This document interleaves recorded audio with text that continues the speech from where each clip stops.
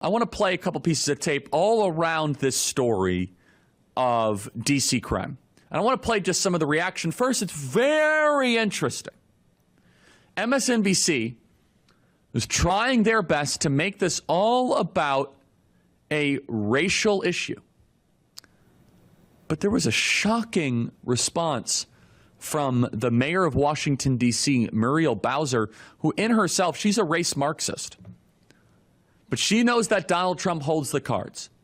See, Muriel Bowser, she's playing this one a little bit smarter than most. She knows that open defiance and battling with Trump will only further cede her control of the city. You could also probably make an argument that she's sick of seeing these poor, young, innocent black kids get caught in the crossfire. You could probably make an argument that she actually wants to see Washington, D.C. cleaned up. She knows not to antagonize Trump.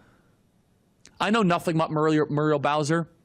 I think she's a failed mayor of Washington, D.C., and I think that's all we need to say about that. But listen carefully. This is the MSNBC host. They wanted to turn this into a racial issue. They wanted to go racial politics 2.0.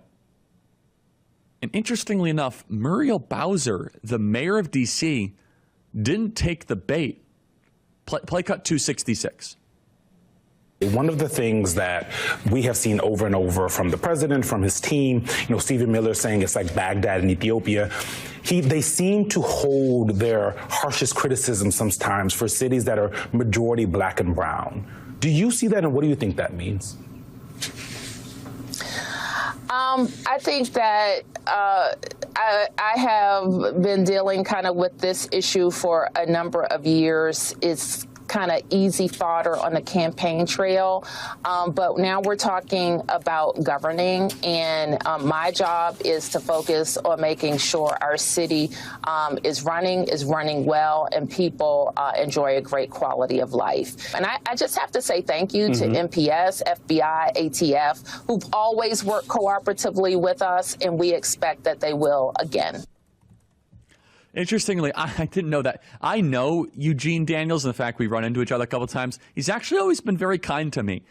But if I were to give, a piece of critical feedback to Eugene Daniels, who asked that question, you're setting her up for kind of a racial segment there, and she didn't take the bait. Eugene Daniels is not 2020 anymore. The moment's over, man. You just got to ask the straight facts. You could tell the whole windup of Eugene Daniels there is, well, can't you tell that he's only going after black and brown communities? Respectfully, Eugene Daniels.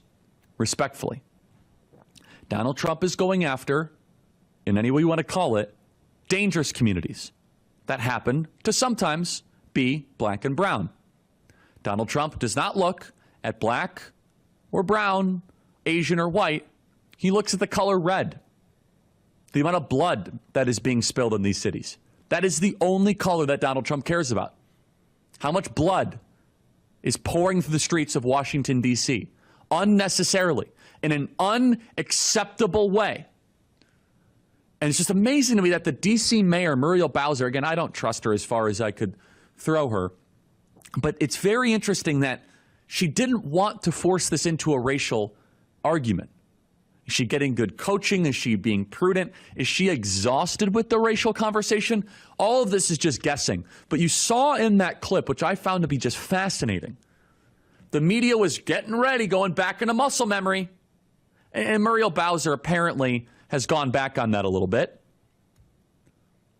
Let's go to cut 327. And now she's like, well, I don't think it's legal to use the United States military against American citizens on American soil. Well, that's where you're wrong, Mayor Bowser. Might I point you to the Insurrection Act that was invoked by George H.W. Bush after the Rodney King riots in Los Angeles? Look, no one delights in trying to say that we might have to use the military in our great cities. But we should be unafraid to use it if the circumstances demand it under the correct legal parameters. And when you have a city like Washington, D.C. that is more dangerous than Mexico City, Bogota, more dangerous than New Delhi and substantially, you got to take a step back and say, we are in a failed direction if we're allowing this to continue. Play cut 327, Muriel Bowser backpedaling a little bit. We don't, and I think I speak for all Americans, we don't believe it's legal to use the American military against American citizens on American soil. Look, she's just hedging all over the place. No one is talking about Marines firing upon American citizens. What we're talking about is a show of force, of military support to work with police to stop this unacceptable crime spree in not just our nation's cities. We'll get to Chicago and we'll get to L.A. That's coming in our nation's capital. And I mentioned this yesterday. One of the things I love most about President Trump is his soft spot for symbols. Symbols matter a lot. It's a reason why I wear a crucifix. I wear a crucifix because this symbol represents my salvation. Symbols are really important to society. And the left, you understand, they have been intentional at tearing down our symbols, tearing down our statues, torching our churches. The border, by the way, is a massive symbol. Either you have a border or you do not. When it was open and now that it's closed, it's a symbol of sovereignty, of order, of national rigidity, of the continuity of a shared American experience. And President Trump, rightly, by the way, feels embarrassed when he does these, beautiful state visits.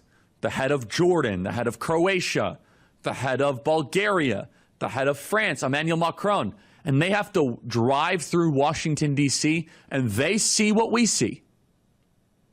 The symbol of a Target getting looted in Minneapolis was so powerful, it boosted the murder rate by 30% nationwide overnight. If we can crush crime in D.C. and make the city clean, beautiful, and safe, that will matter nationwide. And of course, here is the spin from Dana Bash. Dana, I want to challenge you something, Dana. Let's play cut 330, and then I'm going to have a challenge for Dana Bash. Live here on air, play cut 330. The most violent moment in recent history in D.C. was January 6th.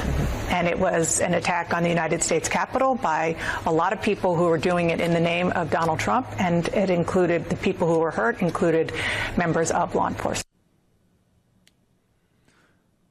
Okay, so first of all, the only person to die on January 6th was law enforcement that killed Ashley Babbitt.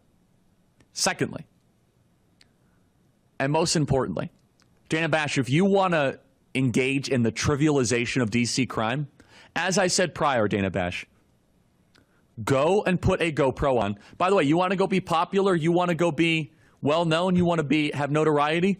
Go walk the streets of Washington, D.C. at night, unaccompanied, Dana Bash. If it's so smart, if you're so smart and it's so safe, go walk the Navy Yard at 11 p.m.